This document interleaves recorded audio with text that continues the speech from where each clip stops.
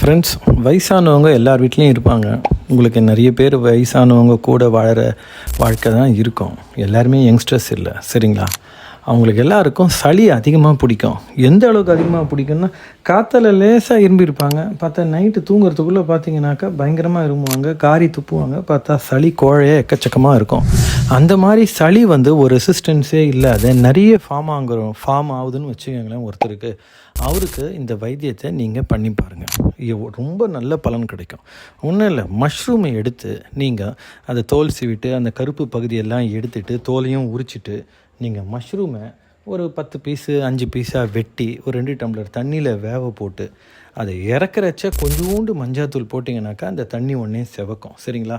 அந்த மாதிரி நீங்கள் பண்ணி அந்த மஷ்ரூம் வாட்டரை மட்டும் இருத்து அவங்களுக்கு கொடுத்தீங்கன்னாக்கா வீக்லி ஒன்ஸ் உடனே சளி ஃபார்மேஷன் ஸ்டாப் ஆகி இருமலும் ஸ்டாப் ஆகி நைட்டு நிம்மதியாக தூங்குவாங்க.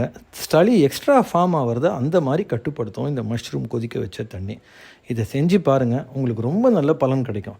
இதையே நம்பிட்டு இருக்க வேணாம், ஆனால் எவ்வளோ விஷயம் செய்கிற நீங்கள் இதையும் ஒரு வாட்டி செஞ்சு பாருங்கள். இது என்னுடைய பர்சனல் அனுபவத்தை நான் உங்ககிட்ட பகிர்ந்துக்கணும்னு ஆசைப்பட்றேன்.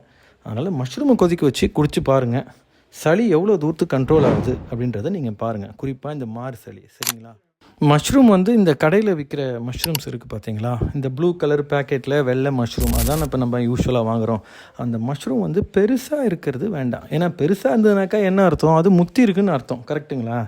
அது சின்னதாக இருந்தால் பிஞ்சின்னு அர்த்தம். எனக்கு தெரிஞ்சதை சொல்கிறேன் நான் உங்களுக்கு, சரிங்களா? அதனால் சின்ன சின்ன மஷ்ரூமாக இருக்கிற பேக்கெட்டை பார்த்து எடுத்து நீங்கள் ஒரு வாட்டி போட்டுட்டு ஒரு நாளைக்கு ஃப்ரிட்ஜில் வைக்கலாம். மறுநாள் மறுபடியும் அதை எடுத்து மறுபடியும் அந்த 2-3 மஷ்ரூமை போட்டு வெட்டி கொதிக்க வச்சு பெரியவங்களுக்கு கொடுத்துட்டு விட்டிங்கனாக்கா அதுக்கப்புறம் தூக்கி போட்ட வேண்டியது தான். இல்லை மஷ்ரூமை சமைச்சு சாப்பிட்ற பழக்கத்தில் உங்கள் வீட்டில் இருந்தீங்கனாக்கா யாருன்னா சமைச்சு சாப்பிட்லாம். ஆனால் மஷ்ரூம் கொதிக்க வச்ச தண்ணியை கொஞ்சோண்டு மஞ்சத்தூள் போட்டு இந்த மாதிரி நீங்கள் கொடுத்தீங்கனாக்கா சளிக்கு அப்படி கேட்குதுங்க ஃப்ரெண்ட்ஸ். ஓகேங்களா? நன்றி, வணக்கம்.